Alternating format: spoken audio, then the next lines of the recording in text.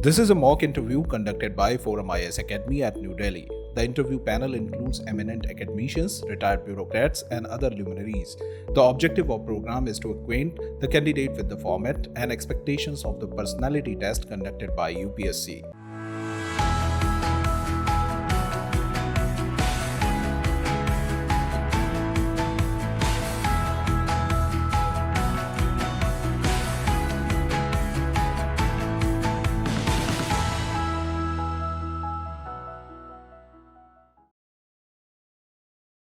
Come, please. Good morning, ma'am. Come. Good morning, Bibhansu. sir. Come, Thank please you. sit down. Thank you, ma'am. How are you, Bibhansu? You are Bibhansu or Vibhanshu. What is your name? Ma'am, I'm Vibhanshu. I completed my schooling in Odisha, so... Oh, so they make everything Burr. Yeah, That's yes, right. ma'am. But did you change your name formally to B?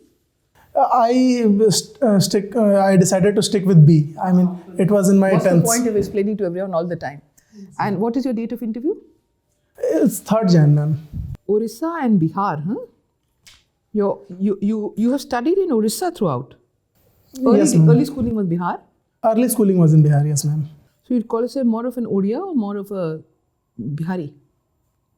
Ma'am, I consider myself a Bihari. Okay. So tell me now, of course, it's not something that is universal, but a lot of people feel that Orissa is, for development, it's a successful state and Bihar is not. Would you agree with that, first of all? You have to give reasons. And if you agree, you'll have to say why. If you disagree, you'll have to tell me why. If we consider the present state of both the states, there is certainly a perception that Odisha is relatively more developed than Bihar, and there are reasons for it. The political stability in Odisha, the disaster management related steps taken. How many years did Mr. Lalu Prasad Yadav was he chief minister? Ma'am, Lalu Prasad Yadav and Rabri Devi together ruled for around 15 years. 15 years. How many years has Mr. Nitish Kumar been chief minister? Nitish Kumar is serving his 4th tenure. So why do you say political stability?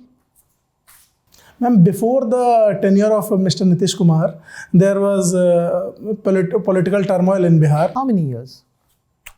Ma'am, in the past 70 years, Bihar has seen around... Mr. Lalu Prasad Yadav and his wife were there for so many years. Yes, ma'am. That's in UP, you never get that. 1 year, 2 years were the terms there for a long time. Yes, So perhaps, I mean, Bihar was partly Putra. Bihar was Magad Empire. Bihar was Maurya Empire. What happened? Ma'am, there are reasons for the Bihar, backwardness of Jarasandh Bihar. sent Lord Krishna packing. And during the past 2 centuries, there have been systematic problems that has led to the failure of development in Bihar. The historical perspective of negligence of the region and Give me 3 reasons, specific reasons. Ma'am, the land revenue system during the British Was different in Odisha than in Bihar, to Bihar? If we compare it with Odisha, it was not very different. So my question was relative to the 2 states, no? Okay, ma'am. The first thing would be investment in education and health, the human resource investment in these 2 fronts. Odisha has significantly improved its funding. You relax first of all. Relax. It's just an interaction. Second would be the caste-based politics that is more prevalent in Bihar, which has hindered its development. And So Odisha doesn't have its castes. Ma'am, a significant portion of Odisha is tribal, and even the caste-based competition that is there. Odisha is a poorer state. Have you had Kalahandi deaths in Bihar? Children died of starvation in Kalahandi. That's very notorious. Yes, Is to find those gruesome photographs of inflated bellies of the poor malnourished children. You don't have that situation in Bihar. Bihar is Indo-Gangetic plain, right? Yes, ma'am. Bihar is prosperous. Then what? What happened? One, you mentioned caste. All right. What else? And the mismanagement by administration can be considered as... Is the same civil service everywhere? And the politicians, bureaucrat and mafia nexus is relatively higher in Bihar than when you compare it with Odisha. Okay. This has led to the growing inequalities between the haves and have-nots. It is more so prominent in Bihar. This is one such reason for the... All right. Now, supposing you are Chief Secretary of Bihar, and the Chief Minister wants to release Anand Mohan Singh. What would your advice to him be? You know Anand Mohan Singh? I'm sorry, ma'am. I'm unable to... Anand Mohan Singh is that he went to jail for murdering the DM of Gopalganj, where you belong to. Okay, ma'am. The district magistrate of Gopalganj, Krishnaiah, was murdered by Anand Mohan Singh's goons on his orders. You don't know about that incident? No, ma'am. I wasn't aware about this. Achha. So Anand Mohan Singh, you've not read about, I think a month or two ago, he was released by Mr. Nitish Kumar. The rules were amended. He was serving his term, the rules were amended. Then prisoners were released and this man was released before his time to help elections or whatever. I was not aware about it. You're not aware, there's nothing else. So, you read the papers? Yes, ma'am, I do. Today's paper has a news item about dinosaur eggs. You're aware of that? No, ma'am, I haven't read that part. Achha. So, tell me the transition from Kyoto to Paris to Dubai. Take up 1 or 2 points and just tell me the transition. What has happened? Ma'am, on the positive side, there is a relatively more consensus towards the problem, which can be attributed to the reports by IPCC. It has clearly presented the picture that the problems that we are facing are not imaginary anymore. Its effects are being witnessed, as in the world is already 1.3 degrees Celsius. What did Kyoto say? Ma'am, Kyoto said common but differentiated responsibilities to tackle the problem of climate change. What about the goals of Kyoto? Kyoto was based around the Millennium Development Goals that we had targeted to achieve up until 2015. And Paris was an upgrade of it at COP21. It set the target of sustainable development goals that the humanity as a whole has to achieve by 2030. And it set up a fund of $100 billion per year. Where did Kyoto put the burden of work? Where did Paris put the burden? And what has Dubai done? Ma'am, Kyoto put the burden on the developed nations. It implied the principle of polluter pays. It put the burden on all the countries, but in a common but differentiated manner. As the more developed ones and the countries that caused more pollution, they were supposed to pay more in the fight against climate change. And that would be the developed or the developing? The developed nations, ma'am, the Western world. They were given more responsibility. This was also continued during the Paris summit, wherein 100 billion corpus was supposed to be created to help tackle climate change. For what? For whom? Whom was it to be given? To developing and underdeveloped nations in their fight against climate change, in creating infrastructure as well as their mitigation and rehabilitation infrastructure. The Dubai declaration, the COP28, marks a bit significant difference that the funding mechanism is yet not clear and the focus has shifted to a loss and damage fund. Now, rather than focusing on mitigation, we are now focusing on adaptation. And it is accepted that a major part of the world, especially the weaker nations, the underdeveloped and developing nations, will bear the brunt of climate change. Tell me the specific interest that India had, two specific interests, and to what extent are they reflected in that? And the first interest that India had was going towards a phasing down of coal to balance the economic development as well as environment. The second was a funding mechanism wherein each country has to commit a certain degree of... Weren't we interested that coal should not be as a no-no and given a time frame given for phasing it out? Yes, ma'am. That's the first thing we were interested in, non-renewable. Yes, India... fund to dur ki baat hai. We are more interested that non-renewable should not be specifically given targets for timelines for phase out. No? I didn't hear that. Yes, ma'am. India voted for phasing down rather than the use of phase out. All right. So, I see that you are from an agriculture background. Your father's a agriculturist, huh? Yes, ma'am. Okay. And how much are you large farmers? No, ma'am. We are subsistence farmers. How much? Less than 1 acre, ma'am. Only. We don't have much land, ma'am. Divided in the family. Ma'am, not exactly Should divided in the agriculture income family. be taxed? Sorry, ma'am. So, should agriculture income be taxed? Ma'am, the large farmers, which constitute a minute portion of Indian agriculturists, they can be taxed, and the incomes apart from agriculture, the allied We already activities. have an exemption limit. Huh? How much is the exemption limit for personal income tax? Ma'am, it is 5 lakh rupees. So, you are talking about above 5 lakhs, or you're talking above 20 lakhs? What are you talking for agriculture?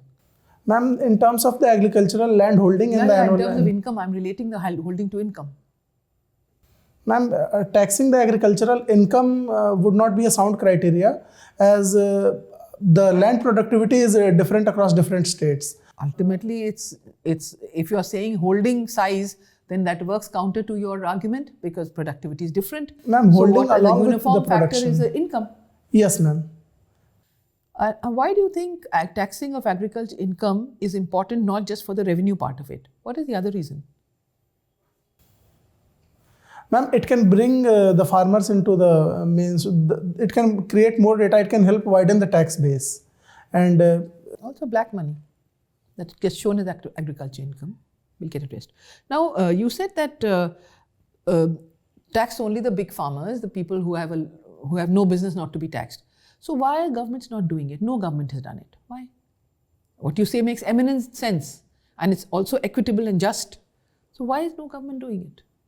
ma'am, there are some political considerations, as the farmers constitute the largest voter base. They are disaggregated different. They're marginal farmers, they're medium farmers, they're large, they're super large. So if you're going to touch that upper crust, then why should that be? They're not a monolith, no? No, ma'am, Indian farmers do not constitute a monolith. Homogeneous nahi. So why can't you tax what you said makes sense, but why is it not being done? Ma'am, the previous efforts of any reforms in agriculture, like the 3 farm bills, they were vehemently opposed. That and this has no connection. There's no connection between these two things. The farm bills were vehemently opposed for 2 reasons. One was they had not been discussed in the parliament. People didn't know about it, so they opposed it. Second was there were certain fears because there were 3 particular things done and there were fears of a certain thing happening. Nothing to do with this. Anyway, all right. Bibhansu, Sir. who is the newly elected president of Argentina? Sir, I'm unable to recall the name of. Javier Milei. So, he has taken a very bold decision related to the economy of Argentina. What is that? Sir, I'll have to read more about it. I read about it, but I'm unable to recall it at the exact moment. Yesterday, Argentina refused to join BRICS. Have you read about it? Yes, sir, I did. Why did Argentina decided to refuse the invitation to join BRICS? Sir, I'm not very sure about it. I'm not very sure about the detailed reasons of it. Imagine any country. What is the? Javier Milei actually had decided to dollarize the economy. What do you understand by the word dollarization of economy? Sir, dollarization of an economy can be referred to linking it with the currency of United States dollar and promoting the trade in USD by using more of American dollar. That can be considered as dollarization of economy. Has any country ever done dollarization before? Sir, a few Latin American countries and a few island nations of Polynesia have done it. Argentina itself had shifted to dollar as a legal tender in the past. What was the reason back then? Sir, I am not very sure about it. You're not very sure.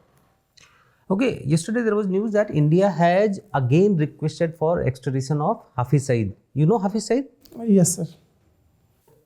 Why again, I mean, time and again, India's request was refused. Why again India has raised this request for the extradition? Sir, Hafiz Saeed's extradition has been done knowing that Pakistan will certainly not comply with it. But India is expecting a response so that it can utilize that response of the reason given by the Pakistani side at international forum that they are in fact harboring the terrorists and UN designated terrorist. He is UN designated terrorist. He is under prison. So everything is well established. What extra thing India would achieve out of this request? Sir, I'm unable to think of it as of now. Okay, according to you, 3 milestones for India in 2023 in geopolitics. And why do you think so? So the first milestone would be the Delhi Declaration after the G20. It brought the world to a common consensus, which was missing in the previous Bali summit. The second would be the inclusion of African Union in G20 and India positioning itself as the leader of Global South. And it also showed that India, in fact, is caring for the weaker nations as well. The third would be the reducing of the sentence of 8 Indian fishermen by Qatar. Their capital sentence was reduced to jail term. It was also considered as a diplomatic victory. Okay. Now you're saying Global South. How is Global South, the concept of Global South, different from the earlier concept of NAM? So the NAM was mostly a group that consisted of countries who were taking geopolitical decisions based on the objectivity of a matter. It primarily aligned by not taking a side in any of the power equations that were going around in the world, namely US and USSR. The Global South, on the other hand, is an is a group of nations that are economically relatively less developed, and they are trying to increase their voice in the multilateral forums like UN so that the policies that are taken are inclusive in nature. Okay, my last question to you. Yesterday, ULFA Peace Accord was signed. What is the significance of this peace accord? So this tripartite agreement that was signed yesterday can bring peace in the disturbed regions of Assam. And it also weakens the position of the aggressive faction of ULFA under the leadership of Paresh Barua that we have now signed a peace treaty with the legitimate section of ULFA. And we can take iron hand approach towards those factions who are creating nuisance and utilizing violence. Okay. Thank you. Thank you, ma'am. Hello, Bibhansu. Sir. Bibhansu, can you tell me which state has highest TFR in India? Sir, it is Bihar. And what is TFR, by the way? So total fertility rate refers to the number of live children born to a woman during her reproductive life cycle. Number of children? Alive children born. Alive children born. Okay. And what is the replacement level? It is 2.1, sir. What does it mean? 2.1? Sir, 2.1 replacement level means that 10 couples or 20 people will bear 21 children, then the population will remain stable in the long run. Okay, so you're saying replacement level indicates the level at which population will be stabilized. Yes, sir. And why is it 2.1? Why not 2? Sir, it is to include the deaths, the under 5 mortalities. It is to factor in that. Right. So why do you think Bihar has such high level of TFR?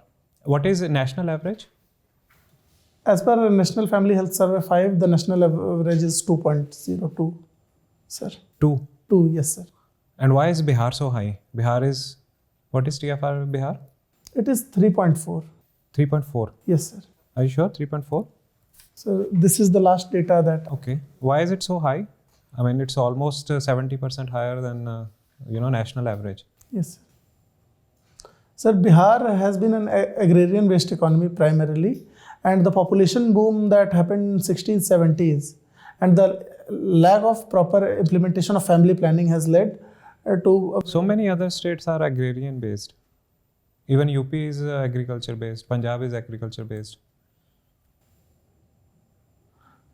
So the family planning methods, the family planning was not very successful in Bihar as compared to the other states. However, there has been a gradual decline. In fact, the decline in Bihar is relatively faster than other states, but yet it is yet to achieve the national level, which it can. So why did these schemes fail? Why did the initiatives failed in Bihar? Was it due to administrative reasons, maybe related to cultural factors? Sir, one major aspect was the cultural factors. The literacy rate in Bihar has been relatively on the lower side. And any other factor? So literacy is one factor, any other factor? The use of contraceptives has been also considered as cultural. That is all somewhat related to literacy only. Once you know, you are more aware, things improve. Any other factor? Sir, economic potential of more labor. Earlier, the notion was. Do you think that if governments start taking coercive measures, say for example, denial of certain benefits, if you have, number of children is higher, says above 2, government denies services, certain services to the citizens. Do you think this is the right way to go? Sir, in a short term, it might benefit, but in the longer run, it is not sustainable. Why short-term benefit?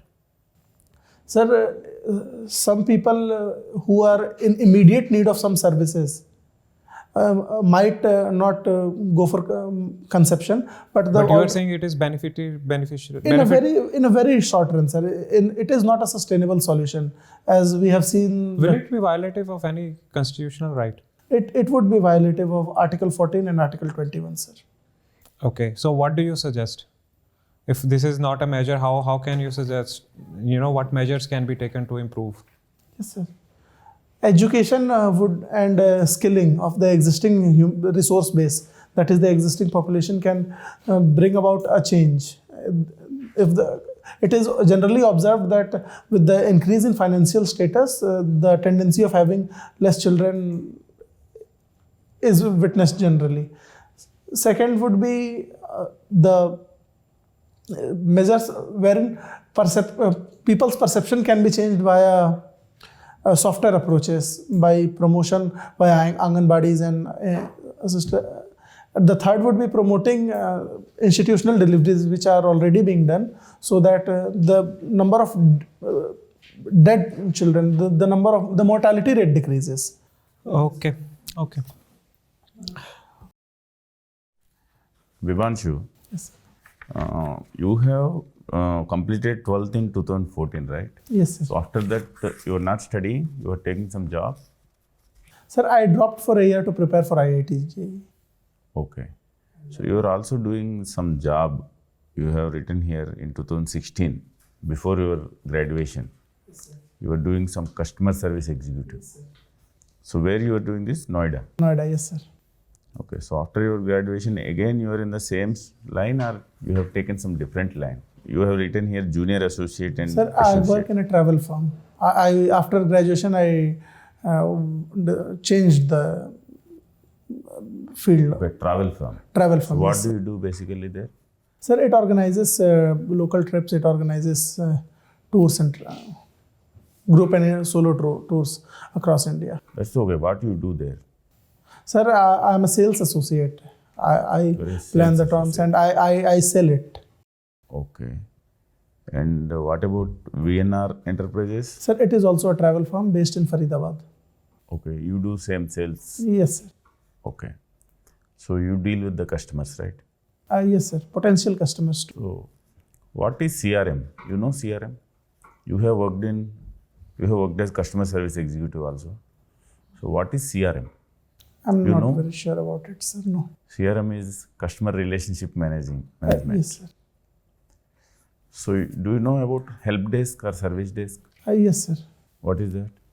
Sir, it is the place where interaction between the customers and the company takes place. the first point of interaction. Then what is the difference between help desk and CRM? Sir, I'm not very sure about it. Actually, CRM deals with the external complaints and it also deals with the promotions. Yes, sir. If your company wants to promote any, about any travel packages and all, you can send to subscribers or customers through CRM. And help desk is for the internal thing. It is for your internal employees. Anyway, so you have also background of humanity, computer applications, and Yes. all, right? So do you know what is metaverse? So metaverse is a simulated environment wherein virtual reality, a virtual world is created that has many features. A lot of outside world is tried to being replicated there in a virtual realm, wherein we can read books, we can watch movies, we can do the activities on a virtual mode with a real life experience. So how do you take the feel of metaverse? Sir, it is through an immersive headgear wherein our vision of outside world is. How it will happen?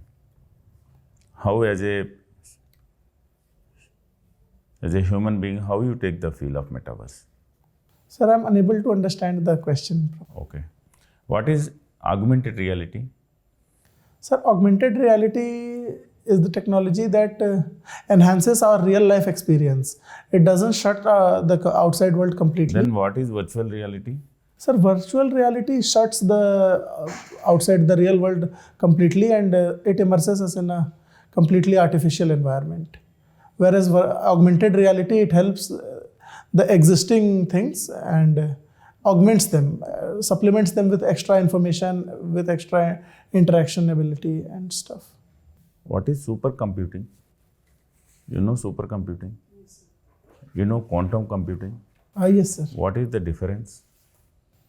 So supercomputing is computing done on a relatively faster at larger level.